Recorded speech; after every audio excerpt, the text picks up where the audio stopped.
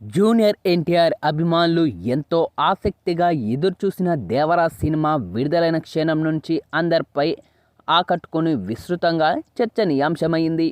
కొరటాల శివ దర్శకత్వంలో తెరకెక్కిన ఈ యొక్క చిత్రం తొలి భాగంతో ప్రేక్షకుల్ని అలరించగలిగింది. ఎన్టీఆర్ 2 పాత్రల్లో కనిపించడం, సున్నితమైన కథ, అద్భుతమైన విజువల్ ఎఫెక్ట్ అన్నీ కలిపి ఈ యొక్క సినిమాను మరో స్థాయికి తీసుకెళ్లాయి. మరి ఈ సినిమా విడుదలైన అప్పటి నుంచి మంచి రెస్పాన్స్ని అయితే సొంతం చేసుకుందనే చెప్పాలి.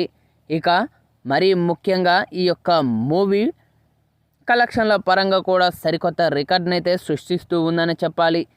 ఇక మూవీ విషయానికి వస్తే ఎర్ర సముద్రం ప్రాంతంలో 4 ఊళ్ళు ఉంటాయి. దేవర ఓ ఊరికి అండగా ఉంటాడు, మరో ఊరికి బైరా పెద్దగా ఉంటాడు. మిగిలిన 2 గ్రామాల వారితో కలిసి దేవర బైరా సముద్రంపై వచ్చే షిప్పుల్లో దోపిడీ చేస్తూ ఉంటారు. ఇక ఈ యొక్క క్రమంలో వచ్చే కొన్ని నాటకీయ పరిణామాల వల్ల దేవరకి బైరా బ్యాచ్తో గొడవ జరుగుతుంది. అసలు దేవర దేనికి వారికి వ్యతిరేకంగా మారారు, దేవర ఎవరికి కనిపించకుండా పోవడానికి కారణం ఏంటి, ఈ మధ్యలో దేవర కొడుకు వర పాత్ర ఏంటి, అసలు వరాతో తంగం ప్రేమ కథ ఎలా సాగింది, చివరికి దేవర కథ ఎలా ముగిసింది, దేవర కోసం వర ఏం చేశాడు అన్నది తెలియాలంటే ఈ యొక్క మూవీని వీక్షించాల్సిందే. ఇక తాజాగా విడుదలైన ఈ యొక్క మూవీని చూసిన సినీ రాజకీయ ప్రముఖులు కూడా తమదైన శైలిలో ప్రశంసలు అయితే కురిపిస్తూ ఉన్నారని చెప్పాలి.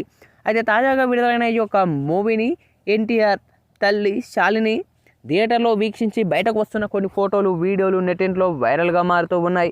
ప్రస్తుతం ఇప్పుడు ఇందుకు సంబంధించిన ఈ వార్త మాత్రం నెట్టింట్లో తెగ చెక్కలు కొడుతూ ఉంది.